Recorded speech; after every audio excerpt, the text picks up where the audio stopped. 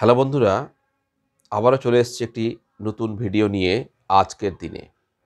আজ 11ই এপ্রিল।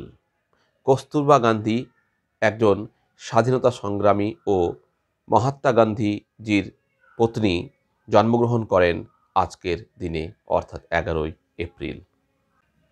আজ 11ই এপ্রিল জাতীয় নিরাপদ মাতৃত্ব দিবস হিসেবে পালিত হচ্ছে সাড়ম্বরে। 1861 সালে আজকের দিনে অর্থাৎ 11ই এপ্রিল আমেরিকায় গৃহযুদ্ধ শুরু হয়েছিল। 1905 সালে আজকের দিনে অর্থাৎ 11ই এপ্রিল আইনস্টাইন তার আপেক্ষিকতার তত্ত্ব বা থিওরি প্রকাশ করেছিলেন আজকের দিনে। 1971 সালে আজকের দিনে অর্থাৎ 11ই এপ্রিল বাংলাদেশ স্বাধীন সরকার গঠন করেছিল। ধন্যবাদ।